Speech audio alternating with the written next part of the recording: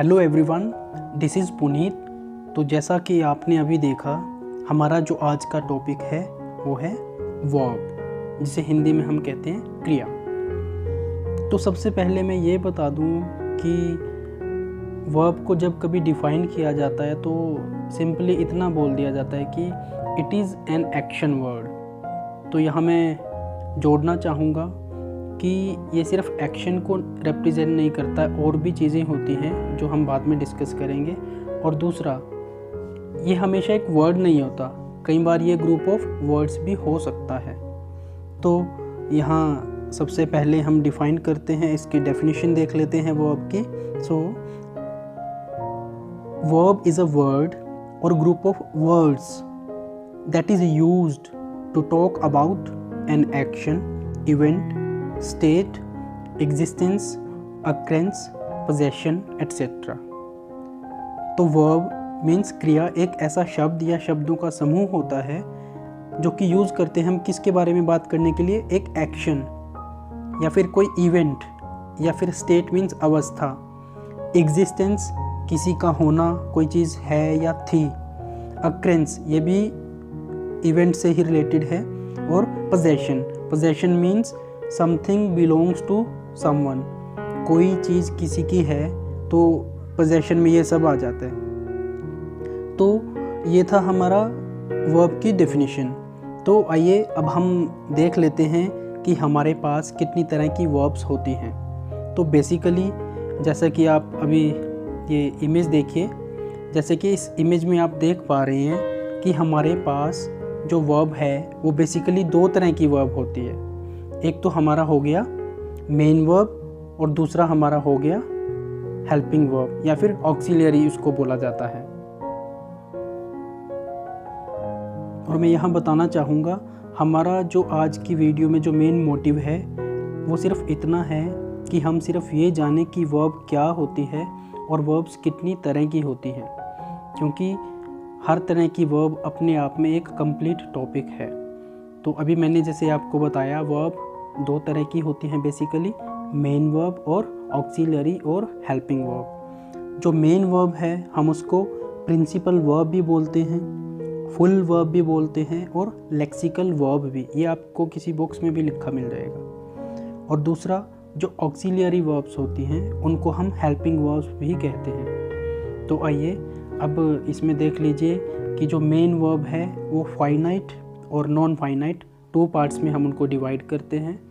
और non finite को हम इन्फिनिट भी बोलते हैं, ये इनफाइनाइट नहीं होता, इट इज़ इन्फिनिट। और इसी तरह से हेल्पिंग वर्ब्स को जैसा आप इमेज में देख पा रहे हैं, प्राइमरी ऑक्सिलरीज 11 होते हैं हमारे पास, और मॉडल्स वो होती हैं 13। जैसे आपने सुना होगा कैन, कुड, मे, माइट, वो सब आपके मॉडल्स होते हैं, उनको हम बाद में डिस्कस करेंगे। तो अभी आप नेक्स्ट इमेज देख लीजिए। अब इसमें देखो, हमने मेन वर्ब को फाइनाइट्स और नॉन फाइनाइट्स में डिवाइड किया है, जिनका फॉर्म चेंज हो जाता है अकॉर्डिंग टू नंबर, पर्सन और टेंस ऑफ इट्स सब्जेक्ट। और उसी तरह नॉन फाइनाइट्स वे वर्ब्स होती हैं जिनकी फॉर्म चेंज नहीं होती अकॉर्डिंग टू नंबर, पर्सन और टेंस ऑफ इट्स सब्जेक्ट। तो जो फाइनाइट्स वर्ब्स होती हैं उनको फिर हम फर्दर टू पार्ट्स में डिवाइड करते हैं, ट्रांजिटिव एंड इनट्रांजिटिव।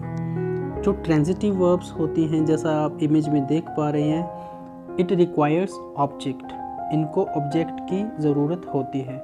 और उसी तरह intransitive does not require object, इनको ऑब्जेक्ट की ज़रूरत नहीं होती।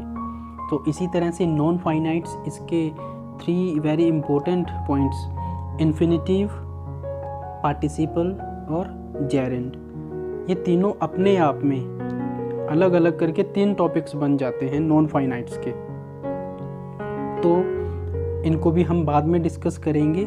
तो अब आपको पता चल गया होगा कि वर्ब क्या होती है और वर्ब्स कितनी तरह की होती है। तो यहाँ मैं फिर से बता दूँ, हमने सबसे पहले वर्ब को 2 पार्ट्स में डिवाइड किया, मेन वर्ब और हेल्पिंग वर्ब। उसके बाद फिर हमने मेन वर्ब को 2 पार्ट्स में डिवाइड किया, फाइनाइट्स एंड नॉन फाइनाइट्स।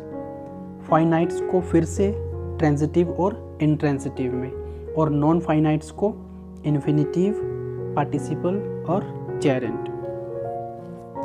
तो हमारे पास कुछ और तरह की वर्ब्स भी होती हैं, जैसे कि regular verbs. Number 2, irregular verbs. Number 3, stative verbs. Number 4, dynamic, इनको हम एक्शन वर्ब्स भी बोलते हैं या फिर फ्यूएंटिव भी बोलते हैं। तो ये वो वर्ब्स हैं जो एक्शन को शो करती हैं। नंबर 5 वी हैव कॉपुलर, और इनको हम और क्या बोलते हैं, लिंकिंग वर्ब्स। तो उसके बाद हमारे पास नंबर 6 है कॉजेटिव वर्ब्स। तो आपको जैसा कि पता होगा कि वर्ब जो होता है वो सबसे इम्पोर्टेंट टॉपिक है इंग्लिश ग्रामर का। सो आपको वर्ब की इम्पोर्टेंस का पता चल गया होगा, और वर्ब आगे भी जब आप कभी टेंसेस करेंगे, एक्टिव पैसिव नरेशन जो भी करेंगे, तो verb plays an important role. I hope आपको समझ आया होगा। तो डिटेल्ड डिस्कशन होगी इनकी नेक्स्ट वीडियोज़ में। Thank you very much.